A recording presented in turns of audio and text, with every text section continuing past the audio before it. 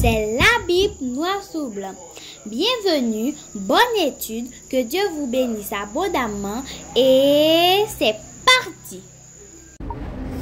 Chers frères et sœurs, chers amis dans le Seigneur, bonjour.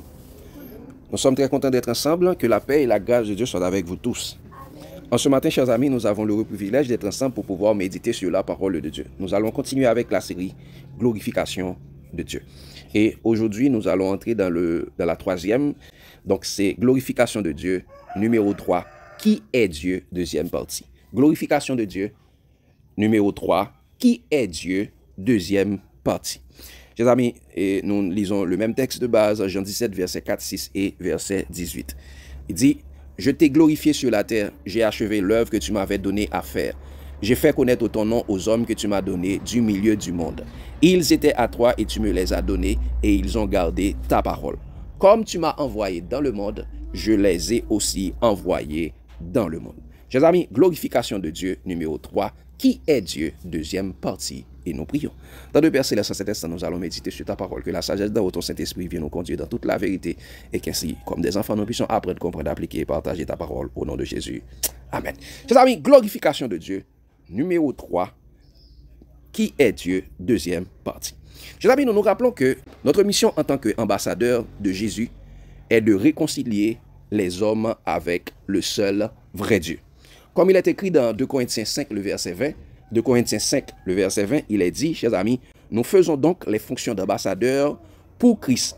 Comme si Dieu exhortait par nous, nous vous en supplions, au nom de Christ, soyez réconciliés avec Dieu.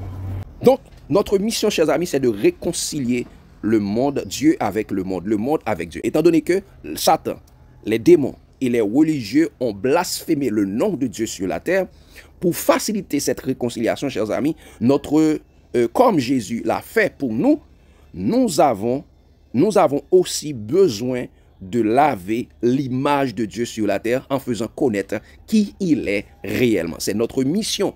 Comme nous avons dit, chers amis, Jésus a dit, j'ai achevé, je t'ai glorifié sur la terre, j'ai achevé l'œuvre que tu m'avais donnée à faire, j'ai fait connaître ton nom aux hommes que tu m'as donnés. Et Jésus va dire, comme le Père m'a envoyé, moi aussi, je vous envoie. Donc, d'où la deuxième partie de notre étude, glorification de Dieu, numéro 3. Qui est Dieu, deuxième partie. Parce que avant hier, nous avons 10 éléments sur Dieu.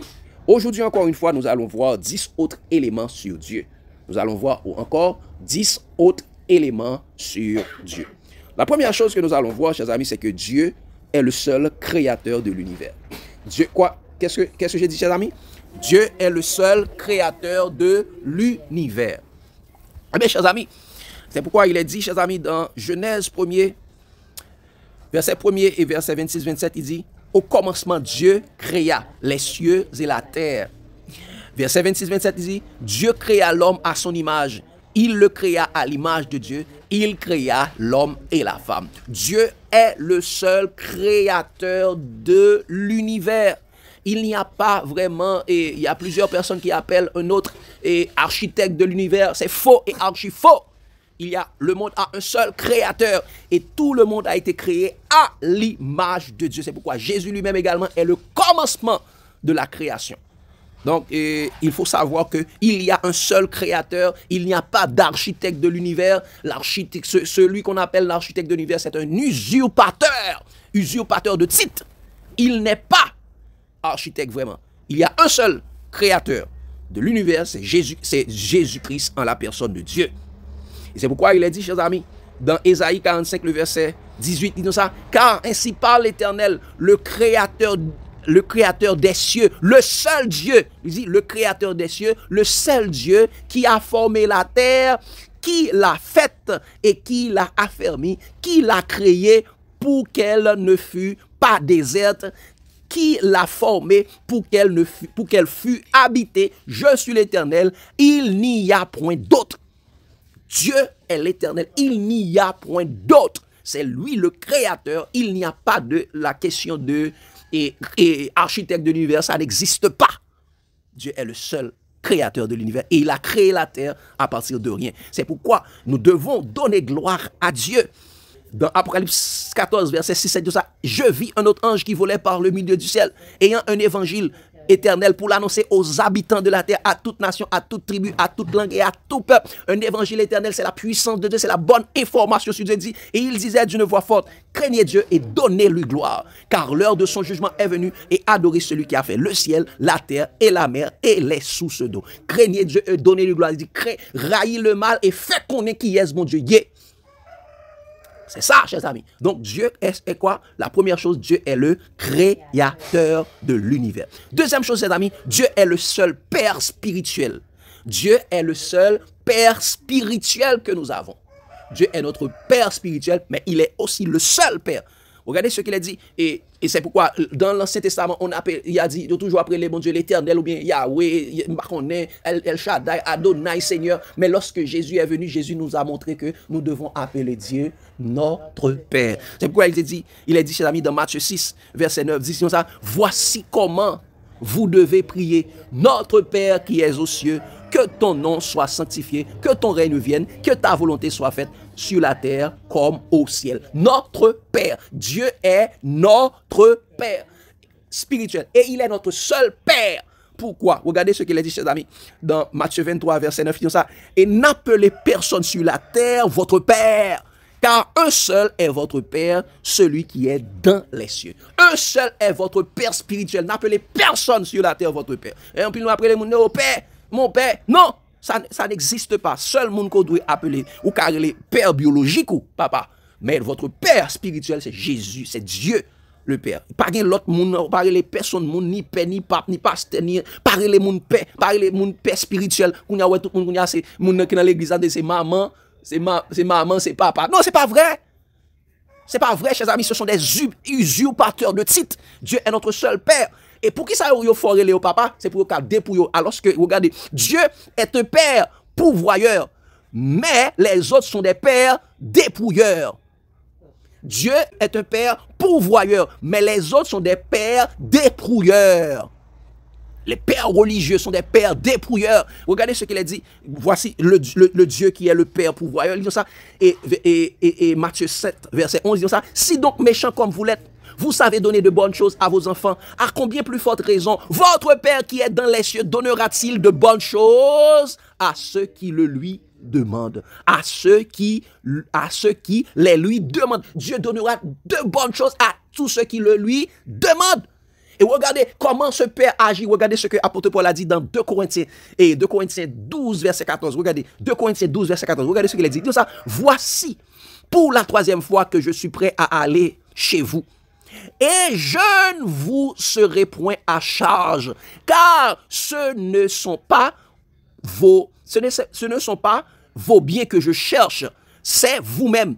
Ce n'est pas en effet aux enfants. Attendez ça, le dit, regardez ça. Et verset, toujours dans verset 14, il dit ça. Ce n'est pas en effet aux enfants à amasser pour les parents, mais aux parents pour leurs enfants. Qui ça? Ce ne sont pas aux enfants de ramasser pour les parents, mais c'est le rôle des parents de donner à leurs enfants. Mais, chers amis, les faux pères de ce monde, ils vous disent d'apporter tel dîme, apporter telle offrande. Ils sont des dépouilleurs. Ils ne sont pas des pourvoyeurs.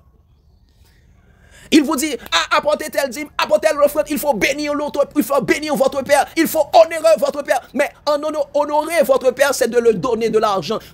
Il vous dépouille. Ce sont des pères dépouilleurs. Il n'est pas le Père pourvoyeur. Ce n'est pas aux enfants de ramasser pour les parents, mais c'est le rôle des parents de donner à ses enfants. C'est pourquoi il est dit dans Éphésiens 1er verset 3, il dit, chers amis, béni soit Dieu le Père de notre Seigneur Jésus-Christ, qui nous a bénis de toutes sortes de bénédictions spirituelles dans les lieux célestes. Donc le Père que nous avons, il nous bénit de toutes les bénédictions dans les lieux célestes en Christ. Il est le Père pourvoyeur, pas comme les pères dépouilleurs des églises de la terre. Papa, et il y a pris un mot. Papa pas quand prendre mes petites li, papa bail dans mes petites li. Et si m'ta rappelez nous que nous en tant que père, est-ce que nous quand demander petites nous pour ba nous bagay pour nous font bagay pour lui? Au contraire, c'est nous qui travail pour lui. Nous travaillons pour nous bali, nous travaillons pour nous payer l'école, nous travaillons pour nous bal manger, nous travaillons pour nous faire éducation, nous travaillons pour nous satisfaire, nous travaillons pour nous répondre à besoin li. C'est ça nous fait. C'est nous qui travaillons pour lui. Mais les pères religieux montrent nous, c'est parce que eux-mêmes, c'est représentants de l'autre père là, le diable. Ils ont pour père le diable, c'est pourquoi ils sont des pères débrouilleurs. Ils sont des pères voleurs. Mais notre Dieu est un père, c'est le père pourvoyeur. Troisième bagaille que nous devons apprendre, chers amis, sous Dieu qui est Dieu. Deuxième partie, c'est que Dieu est le seul bon berger ou pasteur.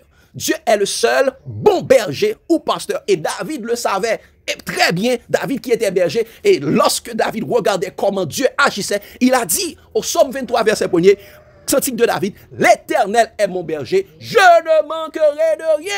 L'Éternel est mon berger, je ne manquerai de rien. C'est-à-dire, l'Éternel pourvoit à tous mes besoins en tant que berger. Ce n'est pas comme les bergers qui tondent et tout plume et troupeau. Manger graisse tout bois. Non, l'Éternel lui-même, en tant que berger, c'est lui-même qui baille à ses brebis. L'Éternel est mon berger, je ne manquerai de rien.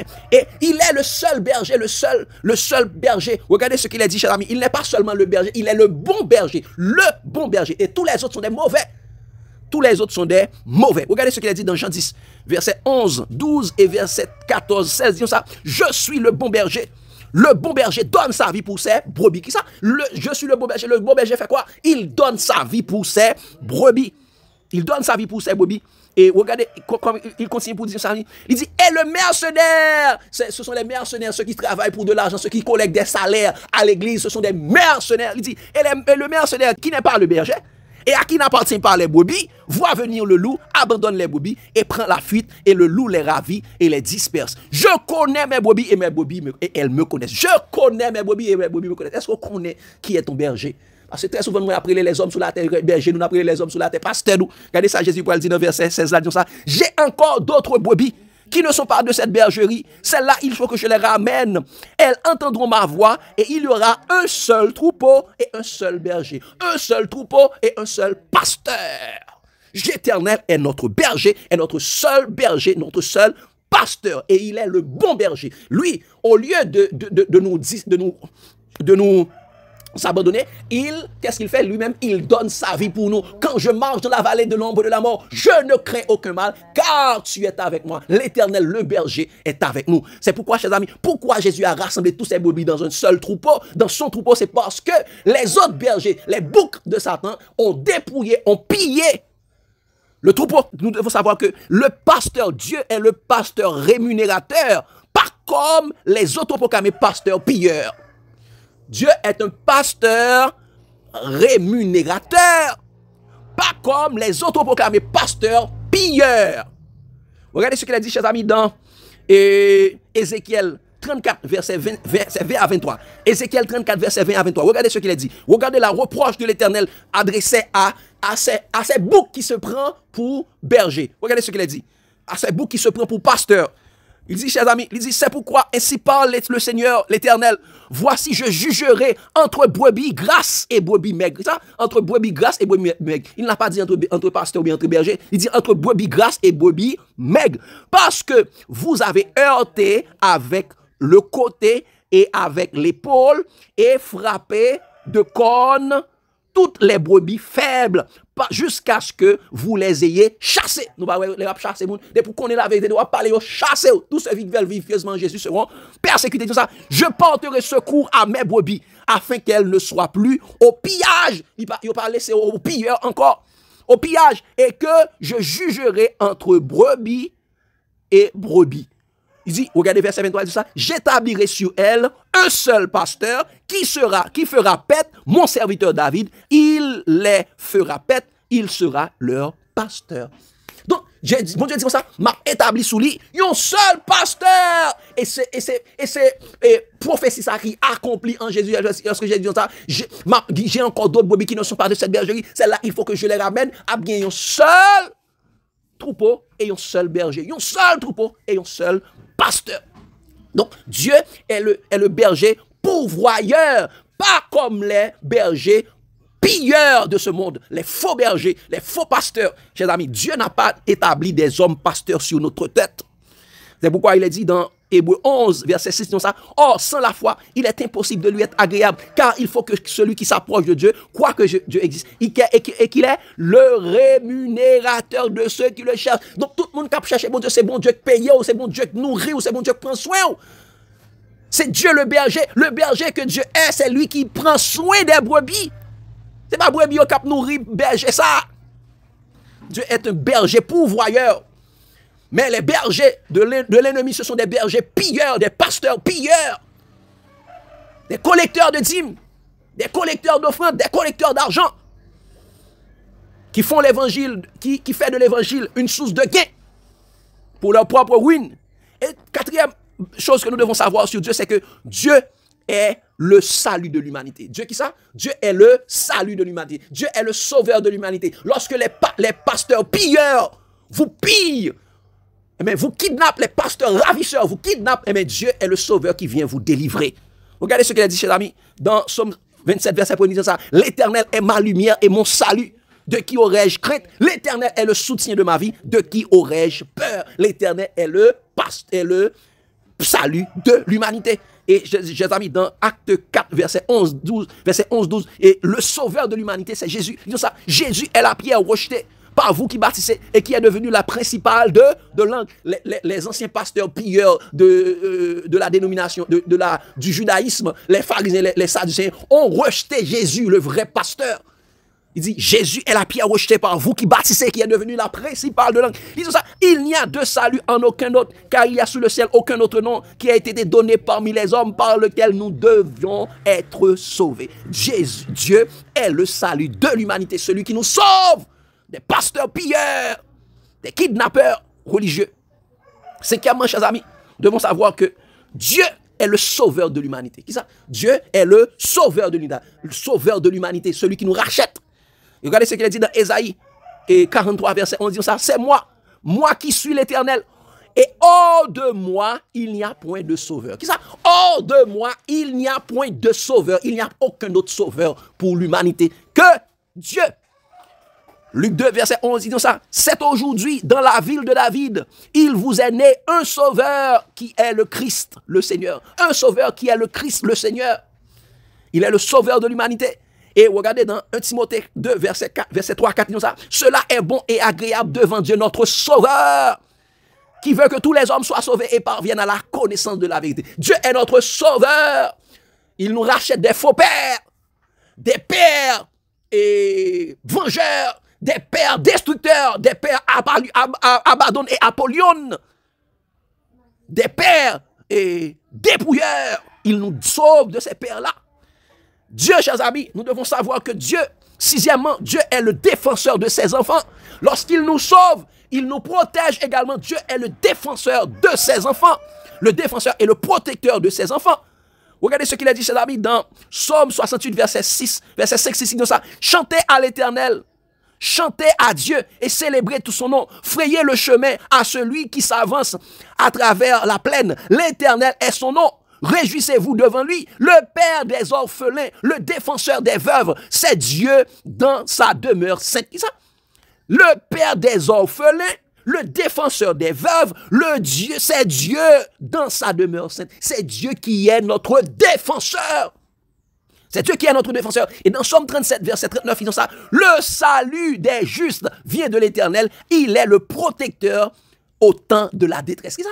Le salut vient de l'Éternel. Il est le protecteur au temps de la détresse. Celui qui demeure sous l'abri du Très-Haut repose à l'ombre du Tout-Puissant. Il est le protecteur. Il est le défenseur des peuples.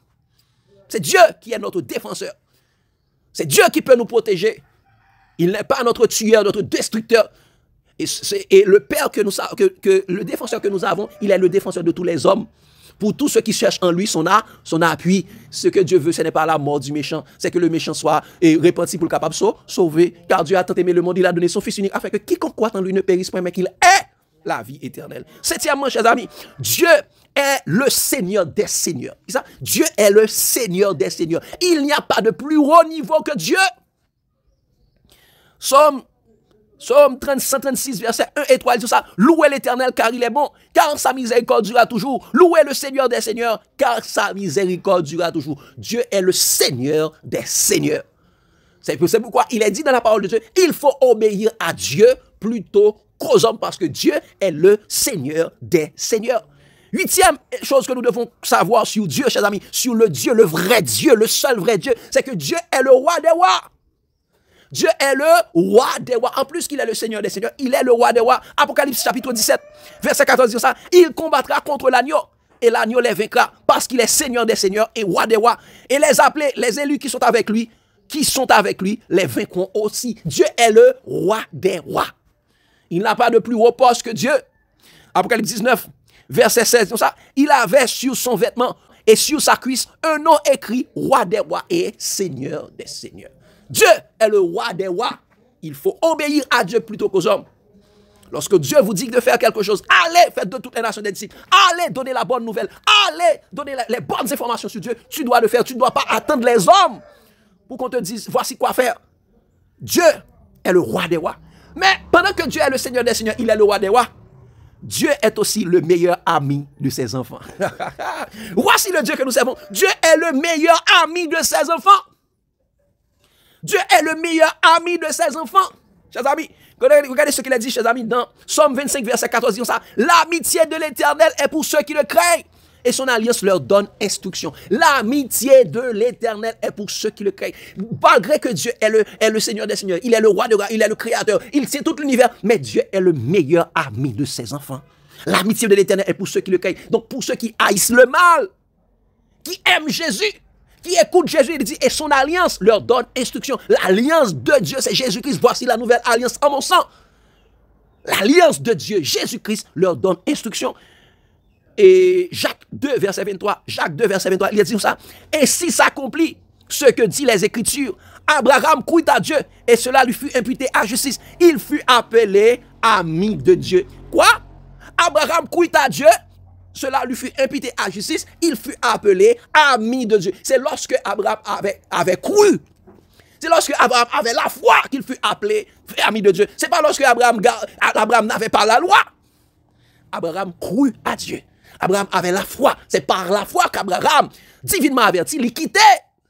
Donc Abraham fut appelé ami de Dieu. Donc Dieu, malgré qu'il est le Dieu, le Seigneur des seigneurs, le roi des rois, pas qu'il est l'autre Dieu, mais il est aussi notre ami. Il est le meilleur ami que nous avons. L'ange de l'Éternel campe de ceux qui les arches. Il dit ça dans Proverbe 17, verset 17. L'ami aime en tout temps. Et dans le malheur, il se montre un frère. C'est ça. C'est le caractéristique de Jésus, de Dieu. Et dans Jean 15, regardez ce qu'il a dit ça. Je ne vous appelle plus serviteur parce que le serviteur ne sait pas ce que fait son maître. Mais je vous ai appelé ami parce que je vous ai fait connaître tout ce que j'ai appris de mon Père. Dieu nous appelle amis actuellement. Lorsque vous êtes disciple de Jésus, vous êtes ami de Dieu. Lorsque vous êtes disciple de Jésus, vous êtes ami de Dieu. Lorsque vous êtes membre des dénominations des hommes, vous êtes toujours ennemi, esclave de Satan. C'est ça que nous devons savoir, chers amis. C'est ça la neuvième point que nous devons savoir sur Dieu. Dieu est le meilleur ami de ses enfants. Et c'est pourquoi il dit, Dieu ne fait l'amour, Dieu qui est amour dit, l'amour ne fait point de mal à son prochain. L'amour est donc l'accomplissement de la loi. Celui qui n'aime pas n'a pas connu Dieu. Dieu est amour. Dieu est le meilleur ami. Il ne fait point de mal à ses enfants. Et dixième chose, Dieu est le seul Dieu. C'est ça? Dieu est le seul Dieu. Est le seul Dieu. Moi, me dis, est le seul Dieu, le seul vrai Dieu. Tous les autres sont des faux dieux. Dieu est le seul vrai Dieu. Il n'a pas d'autre Dieu. Il n'a pas d'autre Dieu. Regardez ce qu'il a dit, ses amis, dans Ésaïe 44, le verset 6. Disons ça. Ainsi parle l'Éternel, roi d'Israël et son Rédempteur. L'Éternel des armées, je suis le premier et je suis le dernier. Hors moi, il n'y a point de Dieu. Hors de l'Éternel, hors de Dieu, il n'y a point de Dieu. Hors du Créateur, hors du Rédempteur, hors de Jésus, il n'y a point de Dieu. Éphésiens chapitre 4, verset 4 à 6, disons ça. Il y a un seul corps et un seul esprit. Comme aussi vous avez été appelés à une seule espérance par votre vocation. Il y a un seul Seigneur, une seule foi, un seul baptême, un seul Dieu et Père de tous, qui est au-dessus de tous et parmi tous et en tous. Voici, mais le seul Dieu que nous avons, où est-ce qu'il est? Il est au-dessus de tous, il est parmi tous, il est en tous. Dieu est en nous. Dieu Christ en nous, l'espérance de la gloire. Dieu est ce Dieu qui veut habiter en nous parce que notre corps est son temple. Notre corps n'est pas une habitation de démons. Notre corps ne doit pas être, nous ne pas souiller corps nous dans les synagogues de Satan. Nous ne devons souiller corps nous avec les doctrines de démons. Nous ne devons pas mélanger avec les infidèles, les religieux infidèles qui ne connaissent pas Dieu, qui ont chassé, touillé, radié, exclu, excommunié, qui a parlé disciples bon Dieu au mal. Séparez-vous d'eux. Il a exclu dans la synagogue parce qu'il ne connaît ni Dieu, ni le Père, ni Jésus. C'est ça qu'il dit dans Jean 16, verset 1 à 4. Dieu est le seul Dieu. Il est au-dessus de tous, il est parmi tous, il est en tous. Chers amis, chers frères et sœurs, soyons réconciliés avec Dieu. Parce que les hommes ont blasphémé le nom de Dieu. Ils ont présenté un faux Dieu pour ne jamais réconcilier avec Dieu parce qu'ils n'ont pas voulu salut. Ils ont blasphémé le nom de Dieu. Ils ont parlé de Dieu de façon criminelle pour ne jamais connaître qui est-ce qui Dieu a, pour ne jamais remettre. C'est peut-être ça qu'ils ont présenté au bon Dieu ça. Ils n'ont pas présenté le Dieu d'amour. Ils ont présenté un Dieu vengeur, un Dieu destructeur, un Dieu loi, un Dieu la loi, un Dieu qui a condamné le monde. Non, il n'y a donc maintenant aucune condamnation pour ceux qui sont en Jésus-Christ. Si Dieu est pour nous, qui sera contre nous? C'est le Dieu défenseur. Donc, chers amis, premièrement, nous avons vu, chers amis, Dieu est le seul créateur de l'univers. Il n'y a pas de question de architecte de l'univers. Ce sont des faux dieux. Dieu est le seul Père spirituel. Pas que les personnes montent sous la terre, votre Père spirituel. Dieu est le seul bon berger ou pasteur. Pas que les personnes montent sous la terre, berger ni pasteur sous la terre. 3. Dieu est le salut de l'humanité. Pas qu'il salut dans l'autre monde. Pas qu'il salut dans une dénomination, qui est l'église sous la terre. 5e, Dieu est le sauveur de l'humanité. C'est le seul monde qui est capable de sauver. Pas qu'il l'autre monde qui est capable de sauver encore. Dieu est notre défenseur, est le seul défenseur de ses enfants.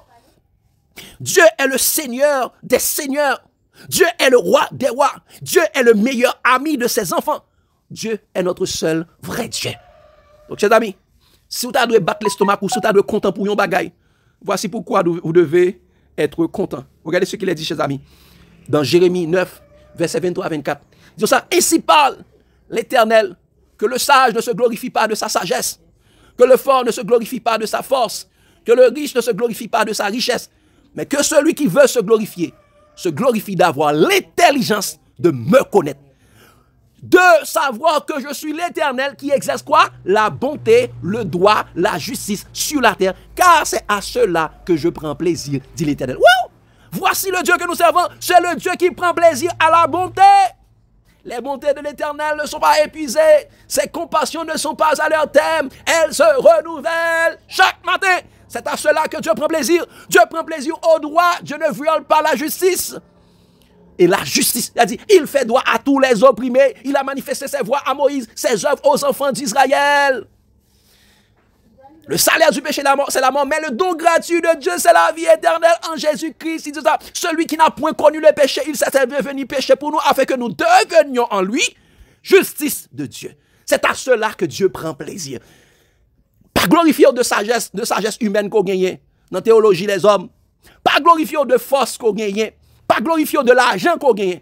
Mais que celui qui veut se glorifie d'avoir l'intelligence de me connaître. Car que sert-il à un homme de gagner le monde s'il perd son âme? Et seule façon qu'on est capable de gagner un amour, c'est leur connaître bon Dieu. Car la vie éternelle, c'est qu'ils te connaissent. Toi, le seul vrai Dieu, est celui que tu as envoyé, Jésus-Christ. Voici qui est notre Dieu, chers amis. Voici qui est notre Dieu. Glorification de Dieu. Numéro 3, deuxième partie, qui est Dieu? Que Dieu vous bénisse abondamment, chers amis. L'amour de Christ nous preste. Amen. Priez pour nous, s'il vous plaît. Frères et sœurs, nous allons prier ensemble. Dieu Père Saint, il était pour nous dire merci pour révélation, parole, vous voyez pour nous encore une fois matin. Ou pas jamais suspendre nourrir nous, ou pas jamais suspendre éclairer nous. Chaque matin, vous préparez lumière pour éclairer pieds nous.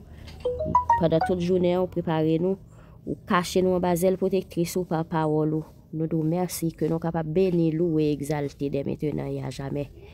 Merci Seigneur pour connaissance que vous voyez pour nous par l'entremise de notre frère Jean-Daniel Henrius. Nous demandons au Seigneur pour cacher le pifon en baselle protectrice, pour toujours permettre que les vivent en bonne santé, pour le capable toujours chercher méditation pour nous. Parce que pourtant, ça n'a vivre ces gens de méditation nous besoin pour nourrir nous, pour aider nous à connaître vraiment qui nous est. Merci parce que vous c'est moun pour nous. ou c'est berger nous, ou c'est papa nous, ou c'est amis nous, ou c'est sauveur nous, ou c'est Seigneur nous, ou c'est un bon Dieu qui a pris soin nous, qui a pouvoir tout besoin nous, qui peut dépouiller nous de ça nous gagner. Nous nous merci Seigneur Dieu.